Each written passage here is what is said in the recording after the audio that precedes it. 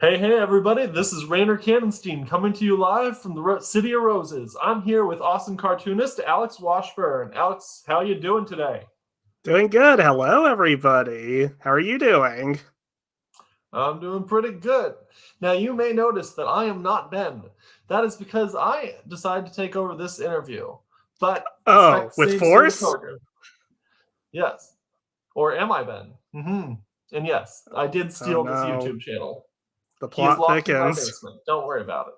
Uh, Now, Alex, you had a comic in What the Gnomes Know. Can you tell us a little about that About what comic? the dumbs. Oh Yeah. yeah. So my comic is called Gnome Armor, and it is about, I guess you could say, essentially about where humans can turn into gnomes. They've got a human form, they got a gnome form, they can switch back and forth. They cannot be gnomes during the daytime because the sunlight will turn them into stone then. And That is so, yeah. that is that comic was a lot of fun. So tell me, what was the inspiration behind it? What got your juices flowing in that direction? So, when I first started working on this comic, I didn't know anything about the topic of gnomes like at all. So I had like no personal connection to them. So it actually like took some research and trying to like understand like what exactly are gnomes and why are they cool. And hmm in and when I was trying to like do this research, I realized it kind of just led me to like, what would it feel like if us humans could become gnomes? Like, what is the difference between being a human and a gnome? Like, what are the ups and downs, basically? And that's kind of like where it all rolled from there. That is a really interesting subject. Also, I just want to briefly say this is a lie. Don't worry about it. Um, Oh no, Ben! see, I can quickly just say,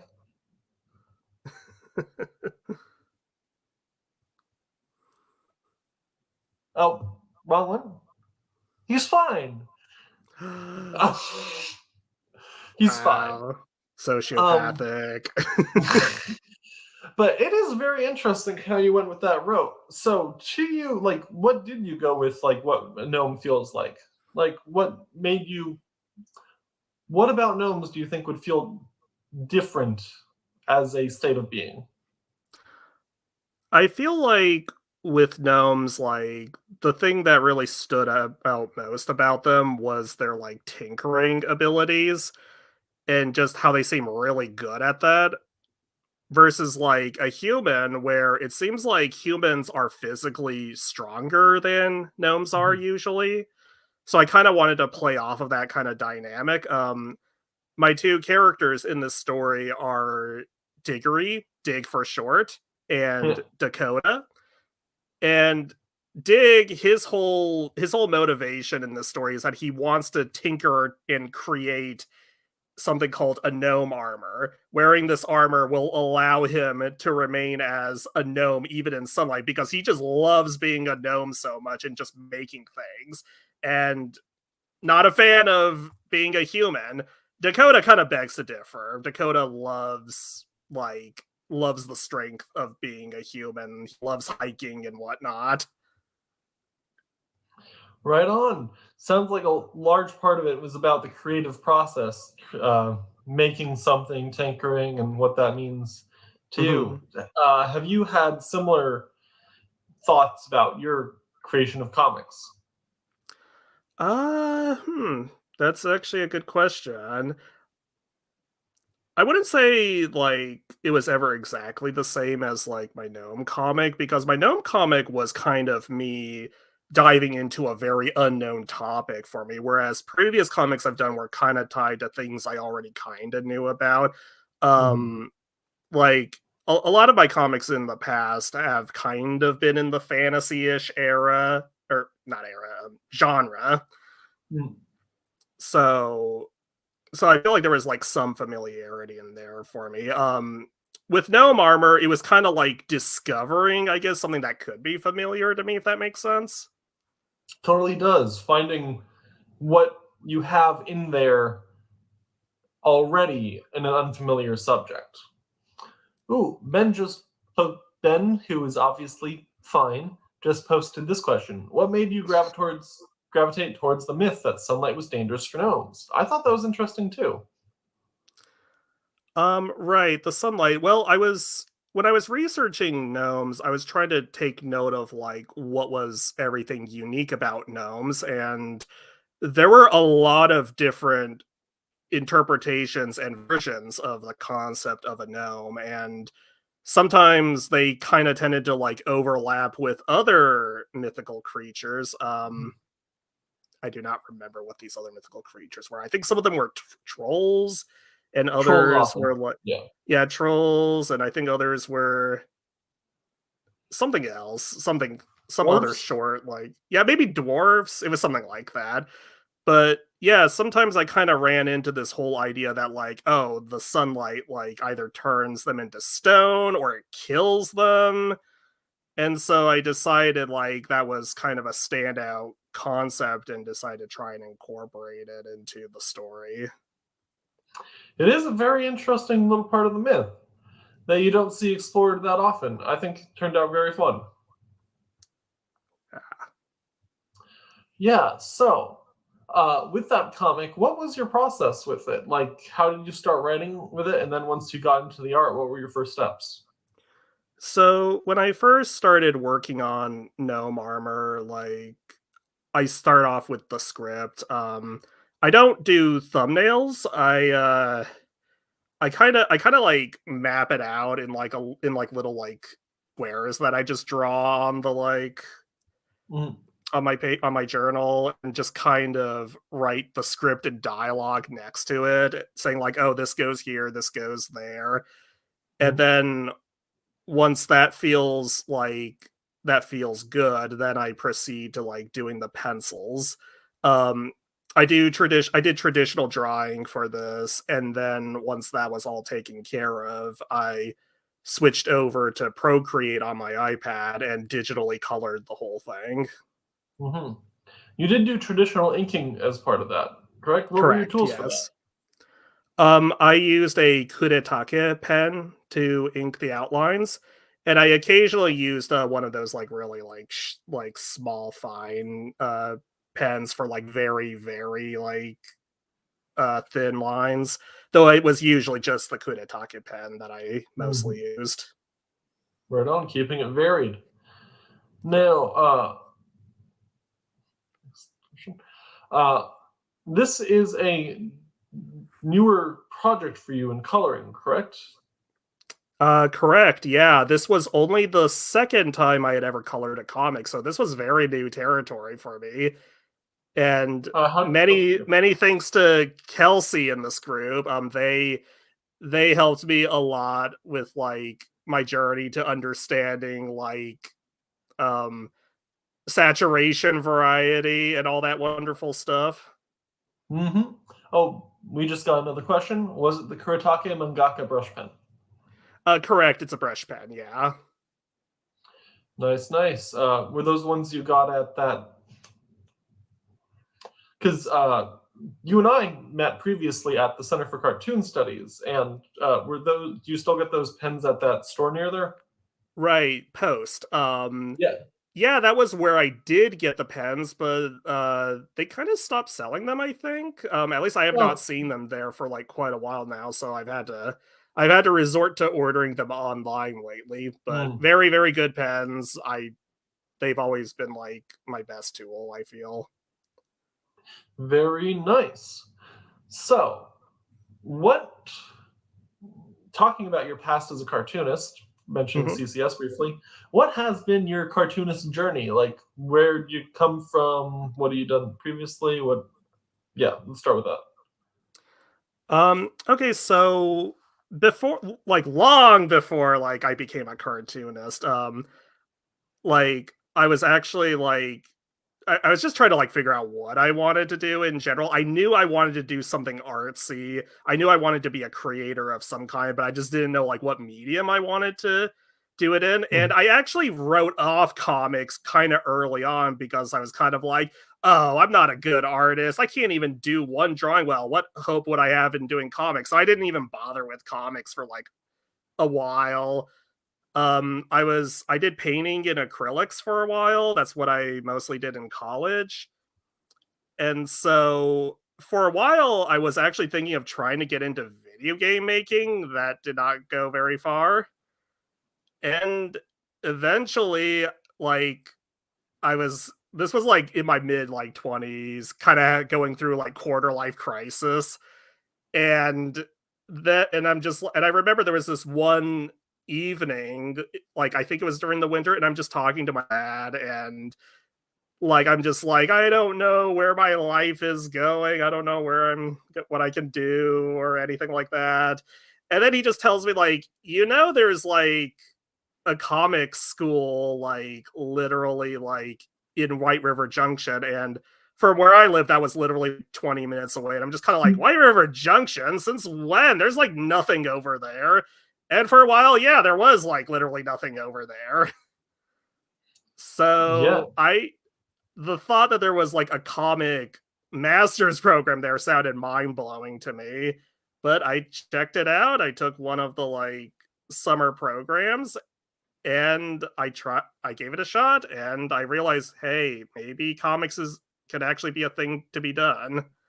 And yeah, I went for it, then eventually just enrolled in the program, and it all just went from there. Huzzah. Well, that has been very cool. So, since then you've made a bunch of comics. What would you say, like, has your journey of comics been since then? Tell me a Mhm. little bit about the comics you've made. Right. So the first like major comic that I felt like really, really proud of was an adaptation of The Tortoise and the Hare, which was an assignment at CCS, Mhm. Center for Cartoon Studies. And the assignment was basically like adapting like a fable story, and I chose The Tortoise and the Hare, and I made them martial artists. That's nice. Um, I think I always liked action in my fiction, so I wanted to try and like flex that a little bit there. Um, I also did a comic called The Tranquility of Beja Guja, which was part of an anthology about magic schools. And Mhm. this one was about like a girl named Heather who was learning to like take control of her like inner fiery like magic demon spirit basically. Mhm. And I did, for my like mini thesis at CCS, I did a comic called Goblin Guts, which was about a goblin and and another human character named Guts. And she and the goblin also named Rainer, Aha. named after you actually. Thank you. Yeah, they basically go on a quest to find a magic video game controller which can grant wishes, basically. That is quite a great comic. Thank you. So you mentioned. Oh, Yeah. sorry. Continue. Oh, I was gonna just like go on with like what other comics Oh, I've written. Shall I yes, of continue? course. Yeah. Okay. Yeah. Yeah. So in between my first and second years at CCS, I joined an anthology group called Fantology, edited and run by Kristen Shaw and Emily Zay, who are also in my class at CCS. And yeah, we just got a bunch of cartoons together and we just started creating this fantasy world together. And my contribution to Fantology was a comic called Clan Zarks, which stars like a clan of like various like fantasy races who just come together in a desert and they decide they're going to try to like find some treasure together. Right on. Yes, those turned out quite good. And again, that is Fantology, like anthology and fantasy smushed together. Great Yes. books. We also recommend you check those out. I'm also Yes, in them. there's Um, Yes, Rainer is also in them, so they are amazing. Everyone does a wonderful job in those books. There's 3 of them out now. We've done them almost every summer since 2019, so yeah, I have contributed to all 3 of them so far with Clan Zargs 1, 2, and 3. Um, yeah, the one other comic I did was called Feast, which was kind of like a surreal nightmare comic, which was about like kind of about like body dysmorphia and weight gain and things like that. It was kind of like just as well as like expressing my fear of needles. Mm, they are freaky. Yeah, that was my first color comic before Gnome Armor, and I Mm, actually did that with ink wash, so that was mm, interesting. nice, nice. How do you find the switch from traditional coloring to digital coloring? Much more comfortable actually. I really Right like on. the ink wash though, because it is very Mhm. fun, but I admit I'm much more used to the digital coloring at this point. Right on. Now we've got Yeah. another question. How has working with CanonWrite differed from working with Fantology? Right, because CanonWrite is like for me, my other big is now currently my other big like anthology group as far as comics Mm, go. How is it different? I think the biggest difference for me with CanonWrite is that we had a lot of weekly meetings, so we actually got to like talk to each other a lot and know like what is going on. Also, there was a Kickstarter. Um, yeah, because with Fantology, a lot of us didn't really talk to each other except for whenever like something needed to be brought up. But otherwise, like, yeah, we were usually everybody was kind of like usually in their own little corner, and then we would like mhm, put it all together eventually. Um, mhm, occasionally I would like talk to the editors to see like how things are shaping up, and that's kind of it. Whereas mhm. like Canon Write, it was like constant interactions, which I thought was very exciting in itself. So Aha, that's been an interesting experience too. very nice. Now, speaking of CanonWrite, this is again, just want to remind folks, this is a promotional stream for the new CanonWrite anthology, What the Gnomes Know, which is currently being kickstarted at the link down below. I believe the banner should have that. Yes, it should. tinyurls.com/gnomecomics. We are currently at $2,636, and we're aiming for our stretch goals, which the first of which adds a Q&A section to the book where you can get even more fun questions and lets us pay our artists even more. So we're trying to go for that as hard as possible. Now, also realized mentioned earlier, Alex, where can people find your work? Oh, that's a very good question. I'd say my most active place as far as social media goes is my Instagram. Yeah, there's the link right there. Washburn Alexander, you can find me at on Instagram. Um, I do have a Twitter. I guess it's sort of active. It's a little tricky. I'm sure everybody knows with like Twitter and Instagram and all of social media kind of burning to the ground right now. But Mhm. yeah, I would say at the moment I am mostly based on Instagram at the moment. Well, right on. Everyone, definitely be sure to check out his work. Thank you. So, you mentioned earlier always being drawn to action. Now, speaking Mhm. of Twitter, some people, if they don't know you from something other than your art and comics, might be from another major interest of yours. Sorry, what was that last part? I was trying to fish for your interest in Sentai and Oh, Tokusatsu. right, of course. Yeah, a lot of my And then, appreciation for action came from the tokusatsu genre, or toku for short, which is literally just Japanese for special effects, which can be in the form of like films and TV shows. Probably some of the most notable tokusatsu works out there are Godzilla, Ultraman, Kamen Rider, Super Sentai. As a kid, I grew up kind of. My dad was American from Ohio, and my mom was from Japan. So because of that, I actually had when I was a kid, I had access to a lot of Japanese entertainment, and I was actually growing up with Super Sentai in the 90s as a kid.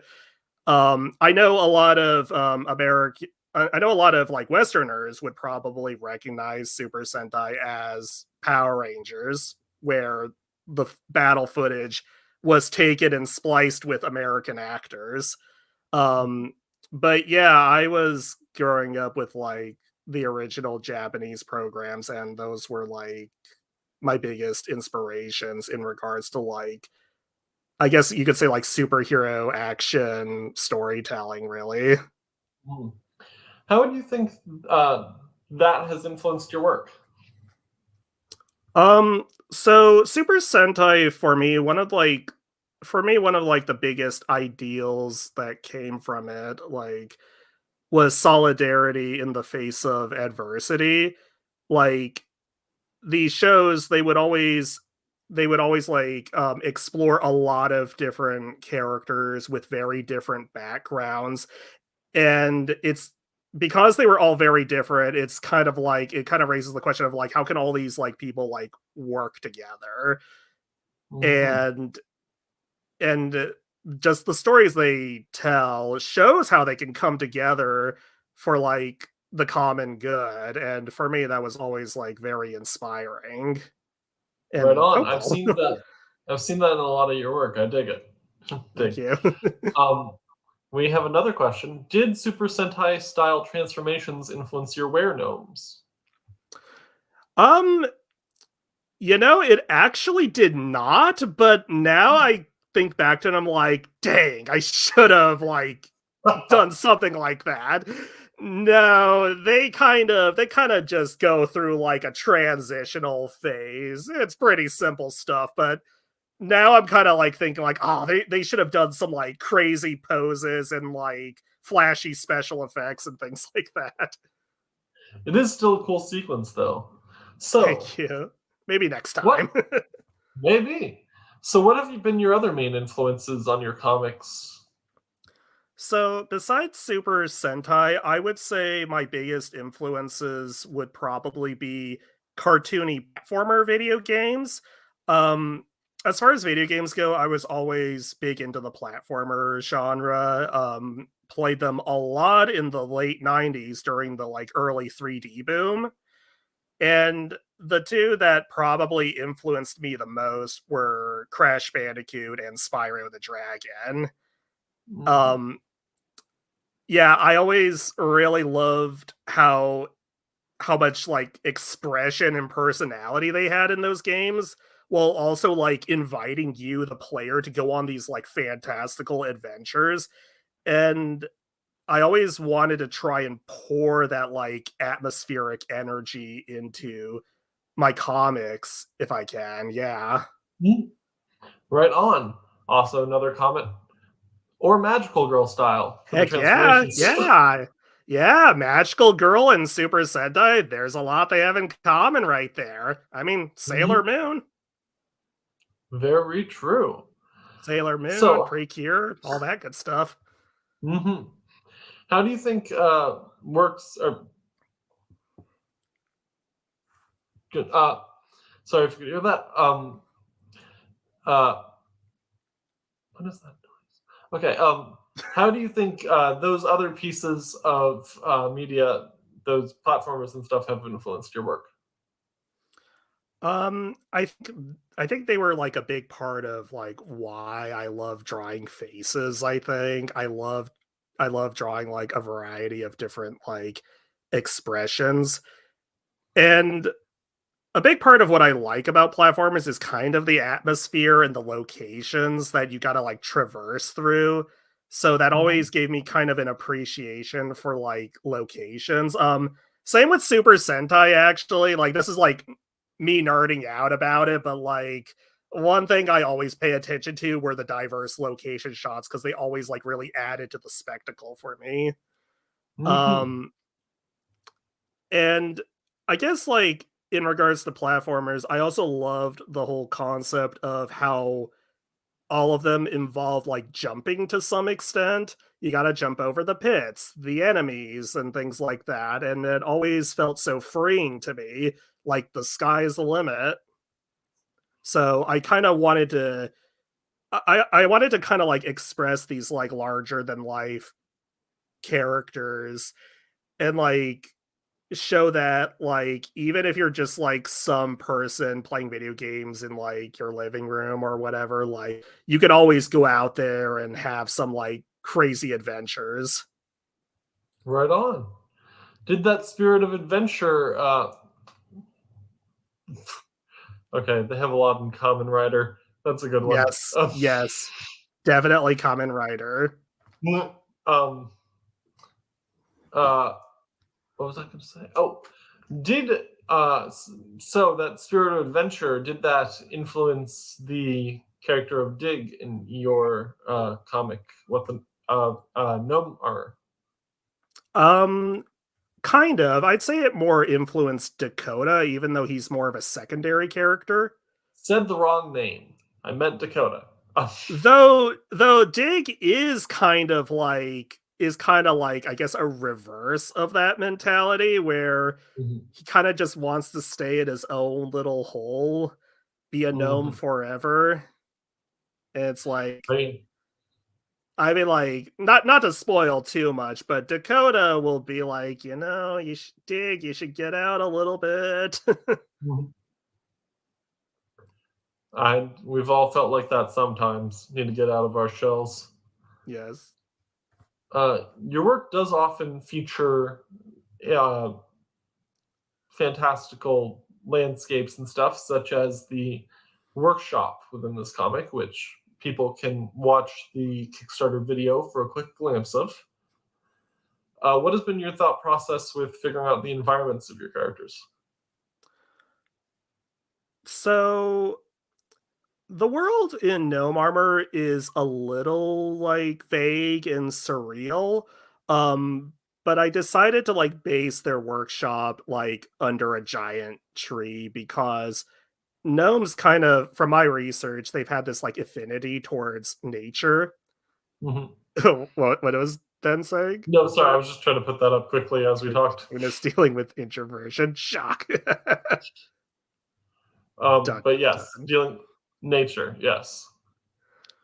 Yeah, so I feel like while we don't get to see Dig's human room at all, I want to say I probably gave enough hints to show that like it's probably more like our world um versus like what it'll be like when you turn into a gnome and go to your gnome workshop and suddenly you're like inside of a tree. Yep. Yeah, no, definitely for sure. That is interesting. So, what what do you think your next big plans are for your next project? So I am currently doing planning a comic that involves potions. Hmm. And just because I always love the concept of potions a lot, and it's going to star a character named Zephyr, who is an otter, and it's probably going to take place in a world where like potions are kind of like a natural substance and you can like find them all throughout nature and like each different type of potion like has like its own set of like rules and abilities and craziness will probably ensue from that. Very Um, exciting. besides that, I've had Clan Zark's Force doing them in my head this last year or so. So hopefully that can happen at some point. Mhm. And I suppose there is the robot anthology too. Mhm.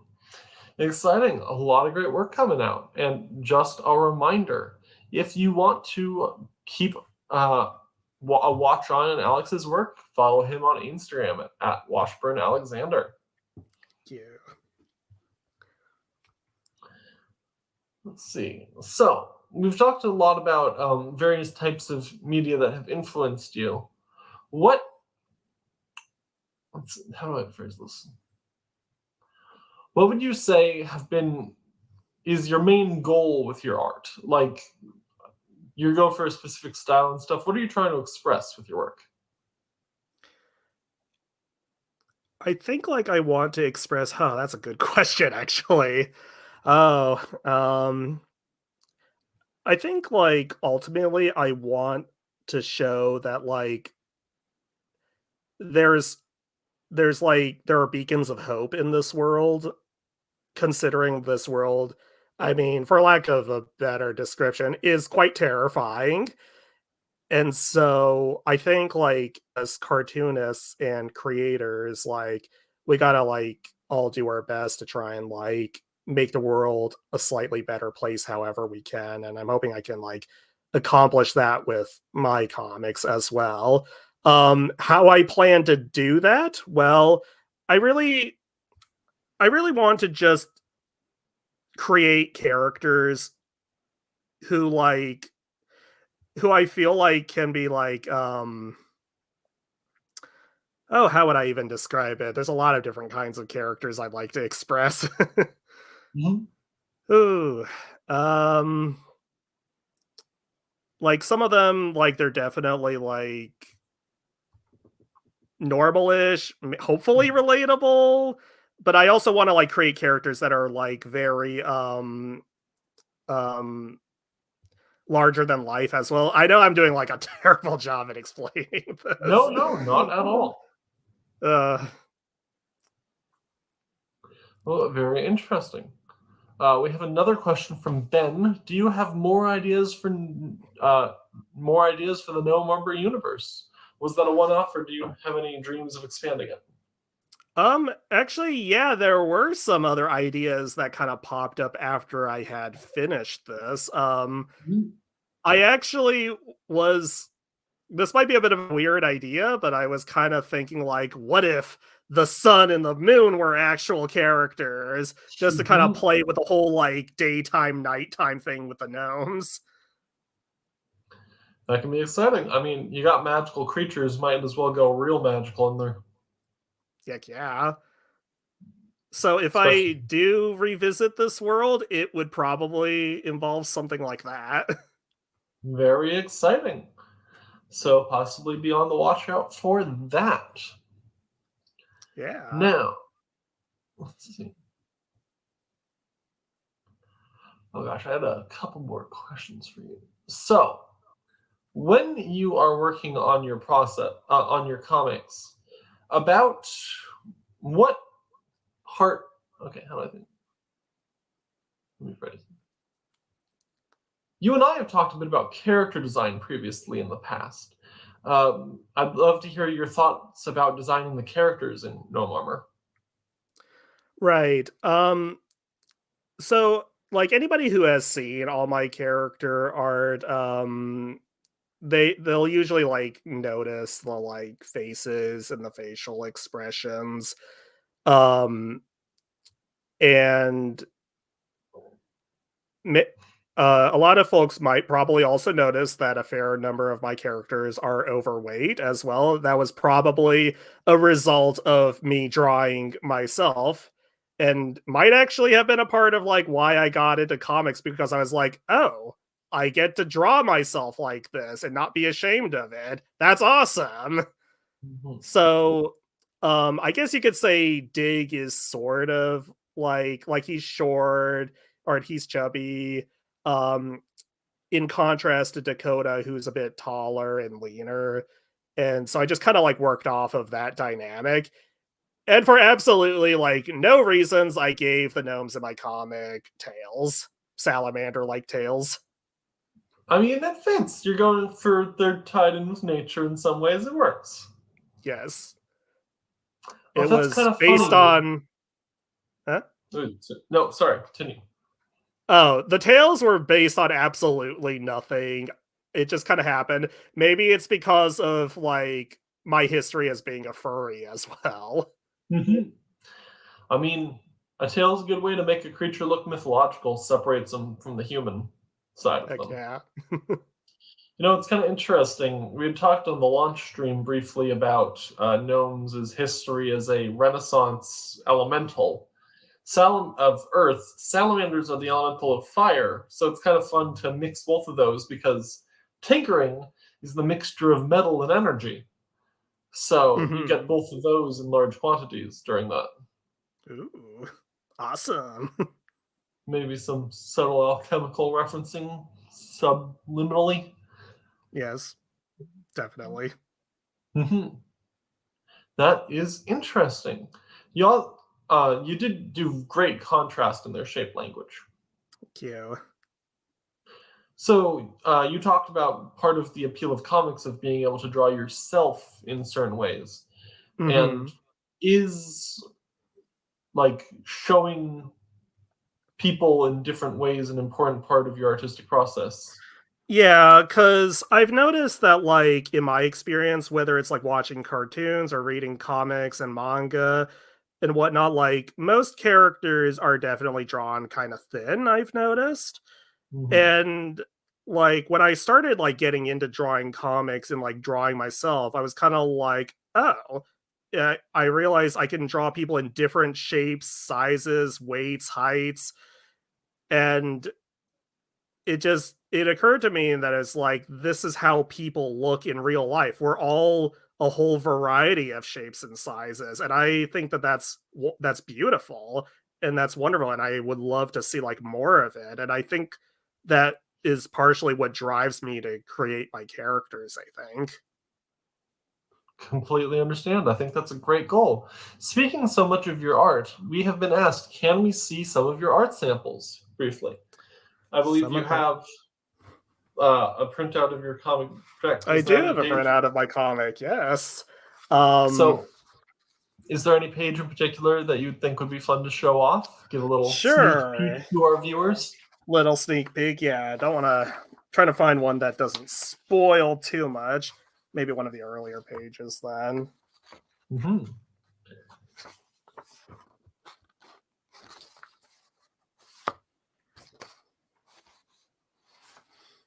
I guess we could go with this one. Very nice. Just Dig and Dakota having a bit of a conversation together. I find it very interesting how you use different colors for each of the backgrounds. Could you talk about that? Was that an emotive choice, or was that more to fit into the composition of the page? A lot of it was a bit of both, I'd say. Like, um, I this was still kind of like new to me, but I wanted to like make sure that there was diversity in the background, so it wouldn't get like too monotonous. Mhm. Um, monotonous, words. No. As well as yeah, trying to keep like the saturation variety going. Very nice. Could you show us that transformation page on the first uh, Sure. transformation sequence on the first page? Very nice. It is the tail really does help differentiate them quite a bit. Uh-huh. Very cool. What was your thought process for that sequence? So when I was trying to like figure out like how to like transform him, I was thinking like what if like each drawing he just turns slightly different, slightly more gnomish. Mhm. And like for me, like at the time this was like a very like ambitious thing to try drawing. Mhm. And so I just kind of like went with that. Maybe that's why I didn't go for anything like too fancy as far as transformation sequences went, because this was like my first time doing something like this. So I kept it fairly simple, and but I think the main thing I wanted to keep in mind was I wanted to make sure that Dig was like looking kind of like different in what is that in each of these. Like I wanted to make sure his face was changing, that he was like looking around differently, that he's Mhm. like yes, I'm becoming a gnome. I enjoy your choice of 4 stages. That really feels like the right amount to get each part of the process. Thank you. Uh, Ben calls out it does kind of resemble Animorphs. I can see that, yeah. It does look like Animorphs. That is really fun. So, with also briefly, just going to bring this up again. As you can currently see, we want to be able to pay Alex as much as possible, and we want you all to get the Q&A. So, if you're enjoying this, please back What the Gnomes Know, currently on Kickstarter, at tinyurl.com/gnomecomics. All right. Also, thank you to everybody who has backed it up so far. Like, it's been wonderful. Very much agreed. Very much. So, how was this comic had a very distinct editorial process. How did this comic change from your original vision during the process of that? So, so one of the biggest challenges of doing this comic for me was I think I had a very big idea for this comic, and I had the page limit that was 13 pages. And go figure, my big idea was going to demand more than 13 pages. So I actually there was originally going to be like more conversations in this, like more happening, and it was just not all going to fit into this story. So I had to really like cut the fat out, really trim it, and I'd say like the general like main themes of the story are still like intact there and are still like being told. But it is done much more concisely than what it was probably originally.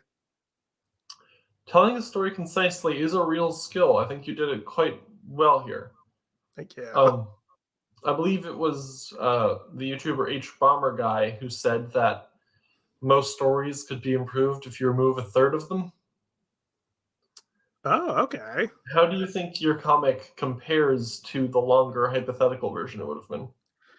I admit I was genuinely kind of crushed that I had cut so much of it out, because I at first thought, oh no, my comic is going to be like a pitiful husk of what it should have been. I don't think that now. I'm actually quite happy with how it turned out. Um, but it was very difficult at first to try and like accept that, but I think that was probably a good learning process for me. I think that's important for all of us cartoonists. We got to like get out of our comfort zone and face the things that we probably don't want to, and learn from them and get better. Completely agree. I think that taking a stretch outside of what you normally do is a really big thing. And this comic was a great example of that from you in a lot of different ways. I think it turned out awesome. Thank you. Uh, The comic definitely turned out a bit denser than I expected it to, because I was really trying to like cram it into like the 13 pages. But yeah, I'd say in the end it all turned out fairly well, I'd say. Very nice. Speaking of stretching your comfort zone, you mentioned being part of the furry community. Are most of your characters anthro, and was drawing a human/gnome characters a challenge? Yeah, most of my characters do happen to be anthro, like I mentioned before, the tortoise and the hare, that was the start of a lot of things. And actually, before I got into comics, a lot of the art I did was me drawing like my favorite platformer characters, or like Pokemon and things like that. Like, I just love like cute little critters who can like kick all the butt. Um, Mhm. but it actually was not very difficult drawing humans and gnomes in this, probably because when I got to CCS, I was drawing myself a good amount of times, actually. So I think that prepared me well for this. So yeah, I'd say drawing humans have been perfectly good in my book. Yeah. Right on. So you mentioned again being a big fan of platformers and that being a thing. If you were to have Gnome Armor adapted into another medium, what would it Ooh. be? Into another medium. Wow. And are there any studios or individual you'd trust to do the thing, or that you'd be excited to see do it? That's a very good question. And like it's always like a big risk. My first mind immediately went to Toys for Bob, who were the company that created the recent Crash Bandicoot Insane trilogy, Crash Bandicoot 4, the Spyro Reignited trilogy. I'm sorry, I got that completely wrong. No, they did not do the Insane trilogy. Sorry, that was a different company. But they did do the other two that I mentioned. Yeah, like yeah, I really liked the works that they did, so maybe if Gnome Armor was adapted into something, I would totally trust them. Trying to Yeah. think of like who I would trust to make like a movie or like a cartoon out of that is a little bit more difficult for me to figure out considering like all the considering all the drama that happens from that. That is completely fair. Yeah. Would you want it to be a collectathon, like the Spyro, the 3D platformer collectathon? Oh, that's a good question too. Cause yeah, that kind of game is like completely different from like just what the story here is. Mhm. But yeah, I actually wouldn't mind if it was something like a collectathon. Yeah, like a 3D collectathon. The type of energy you've said has been very influential to you, so it kind of Hmm. resonates with your work. Thank you. Well, that is very interesting. So, let me, we have talked through most of the questions I have prepared, but are there any other major subjects that you wanted to share or talk about? Well, I did realize the one comic that I drew that I haven't mentioned yet was my thesis for CCS. Oh yes, that was a very interesting project. Can you talk about that? Sure. So yeah, it was called Beyond Leaf Hill, and it stars a tanuki along named Tanner and along with his friend Junko, who is like a bakeneko. These are all like yokai Japanese spirits. I always liked yokai as a concept a lot, so this gave me an excuse to like draw some of them. And I drew this comic during a time when I was starting to get into D&D. Again, thanks to you. Yeah, And that's so fun. I kind of like threw in like this crazy magic system that involved rolling dice and like depending on what you rolled, you get power and energy for your electronics for the day. That was a fun system. Have tabletop RPGs influenced your comics in general since then, or was that a one-off with that project? I think it was a one-off for that project. I don't think they've influenced me tremendously particularly, but I am actually like in the middle of trying to like do more tabletop RPGs because I do think I am quite fascinated in them and I'd like to see what they can teach me and where they can go.